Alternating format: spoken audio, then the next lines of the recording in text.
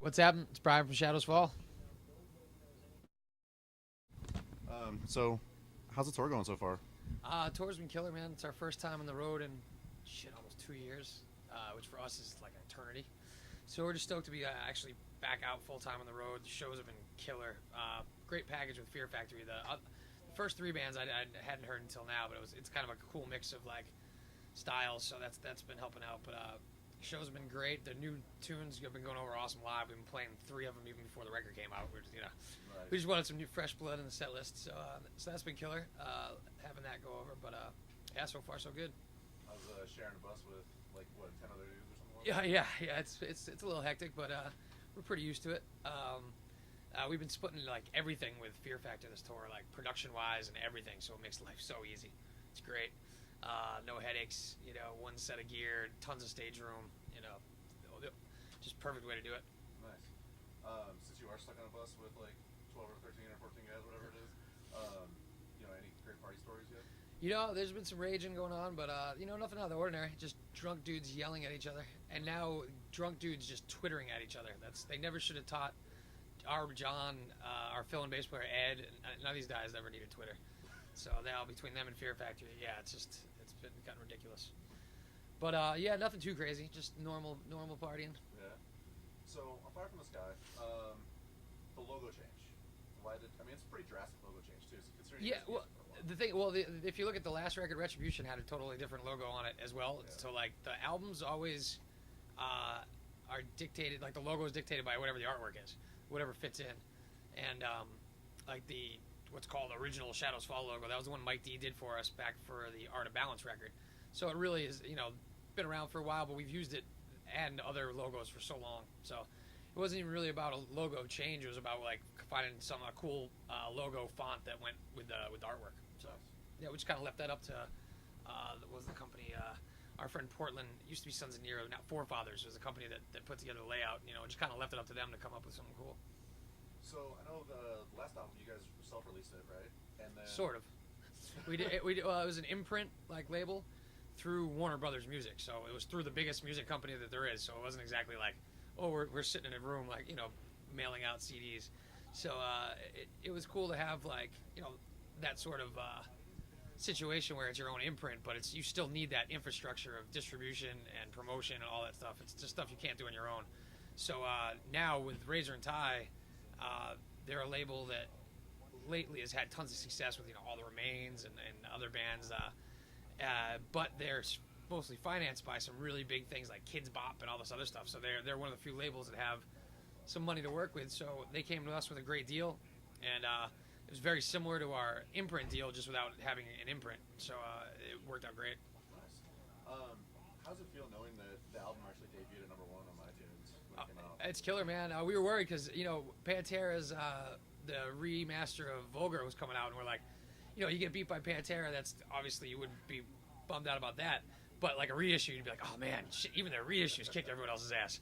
So it was kind of cool to be. I think we were number one through most of this week. I don't know if it still is. You can only check it on an iPhone for some reason. I don't have an iPhone, so check the metal charts. But so far, just in general, the response out of the gates has been awesome. The reviews have been very positive, but even just feedback has been positive. And hopefully sales, will be. They're going to be a fraction of what they were years ago, but at least hopefully they'll be a solid debut and show that metal fans still buy records. Yeah. So I have to ask, because the last 3 times I've actually interviewed you, I always ask about A Fire in Babylon. Is there any chance you guys pull it out tonight? No, there isn't. Yeah, that tune, it's 8 minutes long, so if we're not doing a headlining set, it's just not even an option. Well, that leads me to my next question then. Is there a headlining tour coming up? That's what we're working on next. We don't know exactly what's going to happen this summer, but that's the plan, is either to try and put either co-headlining and then a package under that, or just like headlining with like a really solid package underneath it. These days, there's so many great tours out there and so many summer festival tours and all that it gets tough. So we want to put together a sick package to make it worth it for people to come out and spend. People are broke, don't have a lot of money to spend, so we're trying to put together the sickest package we can. It's just taking a little while, so hopefully sometime, I'd say later summer, but hopefully soon. Hey, everybody else is doing cruises. Yeah, Just no go shit. on a cruise. It's great. Just get some friends. And anyone who doesn't know, this is just bands trying to take vacations. You know, look at that. It's a 4-day cruise, and they each play once. You know, come on. There's a scam involved here. They just want a vacation. Lyrically, what are some of your inspirations? Because the new album is just it seems to me like it was a lot darker lyrically. Yeah, I guess maybe a little bit. The music had a very sinister kind of dark edge to it, like songs like "The Unknown," and the title track "Fire from the Sky," which is really it's kind of evil sounding, that really minor kind of dark, sinister kind of feel. And usually the lyrics always reflect that. And the vibe of the tune is kind of where the theme of the lyrics come from. So I guess there is some dark stuff, but there's always a little positivity in the end. It's also the first time I've kind of gone fictional with some stuff, where like "Fire from the Sky" is a total fictional like story of stars going supernova and just devouring solar systems and eating planets and shit. So like that's something that's kind of like probably a little out of ordinary for us, but the song just kind of sounded like that to me. It sounded just like worlds crashing and shit. So that's really honestly what dictates what what the lyrical approach is. Nice. What was the recording process like with Adam? It's as far as like how it goes, it's pretty standard. You set up drums, record, go and move on from there. But everything you do with Adam D has that extra sense of just like ridiculousness because it's Adam D. Yeah. So he's got a great like ear for everything. Like the technical side of what he does, he's amazing at. The drum tones were just huge right out of the gate, just setting them up. Same with most of the guitar tones, we were plugging right into amps just through some sick preamps and just getting just dialing them in just right, but not doing anything super fancy. He's just got a great ear for that stuff, and he's also got tons of great ideas how to take what you have and make that one little change, or that one little raise a note here, or add this one little harmony, or just some little subtle thing that really takes the part from being a great part to being like something that as good as it can be, like perfect. So it was great, man, and he's someone we've known forever, so it was very comfortable. Yeah. He's just a friend of ours who we'd wanted to work with for a while. I've worked with him in the past on like the Overcast re-recordings we did with Adam D, and Matt had just been in Times of Grace for the whole summer. So actually Adam was involved in the songs way early on. When we were just jamming on stuff, he was hearing it just because he was touring with Matt. So Matt would play him like whatever we were working on. So he was involved right at the beginning, helped us kind of as that independent set of ears to trim some of the fat and just like help us fine tune stuff. Nice. So I gotta ask, how long are your dreads? Like lengthwise? Yeah. Shit, I don't know. I'm about 6 feet. They're about like ankle length. So I don't know, like 5'4". It depends. Some are shorter than long.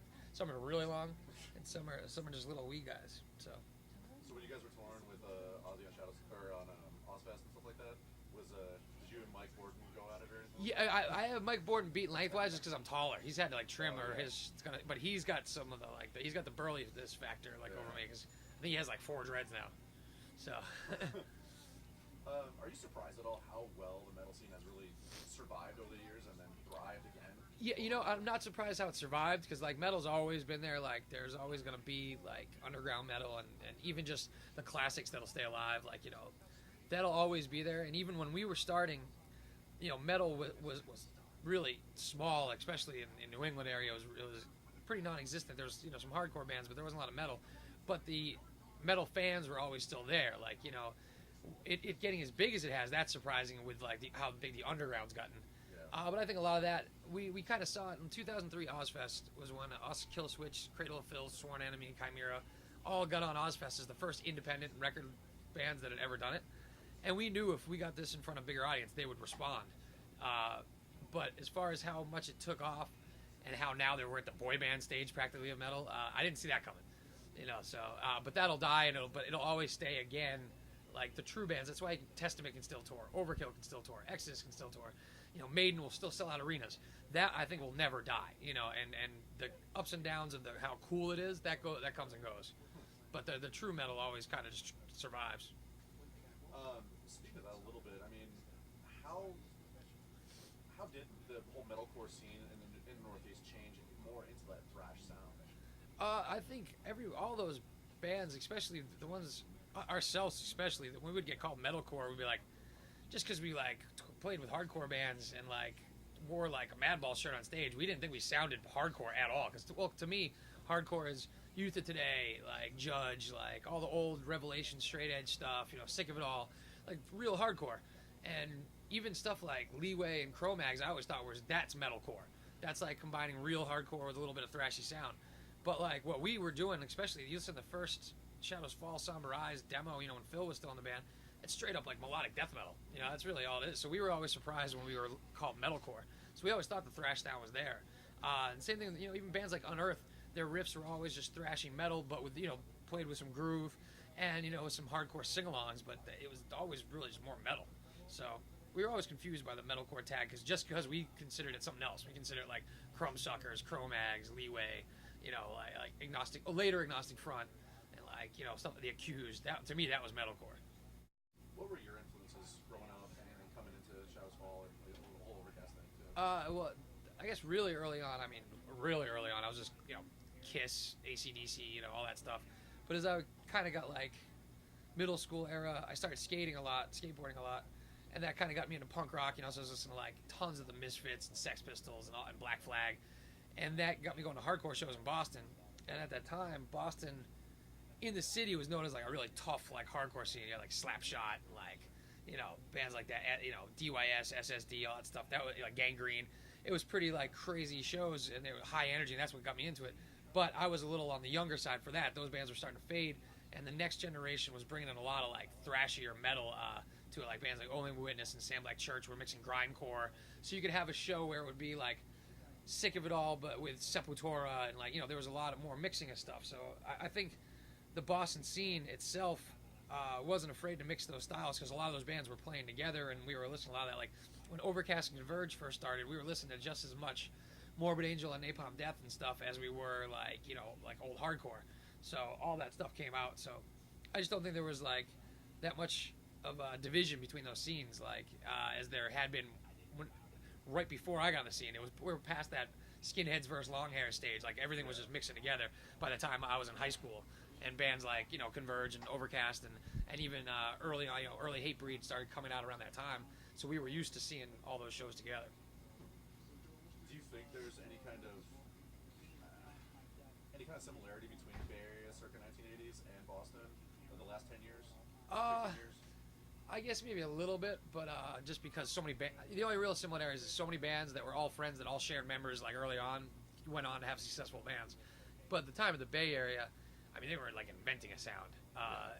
There wasn't really, there was aggressive metal bands, but there wasn't anything close to thrash at the time. What we really were doing in Boston and New England area was just taking a lot of those influences and just kind of twisting them, turning them, putting them together in new ways that towards like a new sound. So I can never really see them that similar because they were more pioneers. We were more like reinterpreters, Nice. Shadows Fall is pretty well known as being the starters of that whole new Boston thrash scene or movement or whatever you want to call it now. But I mean, do you think that you guys get your just due? I don't know. I think we've influenced a lot. I always think we were a band that influenced a lot of bands that maybe went on to do stuff later. But that's it's all good. Like we were playing a style of music that's pretty challenging, that brings a lot of different elements together, and some people don't like that. Some people want a very specific subgenre, or like as soon as there's clean vocals, they're like we're out. Some other kids, as soon as there's guitar solos, they're like we're out. And we like to mix all those things. So maybe we were always like a band that showed other bands that hey, you can do all these crazy ideas together. But as far as getting our due, I mean, we've had 2 Grammy nominations, traveled the world, been a band for more than 15 years, haven't had to work since '98. Like to me that's successful. So what's life like when you go back home? We usually just wait till we go back on the tour. We usually tour until we get home to write, get in the studio, record comes out, tour. So for the last 10 years plus, that's been it. So yeah, time at home is just chilling, waiting to work on new material, and trying to recover from that much travel. Killer, man. Cool, awesome.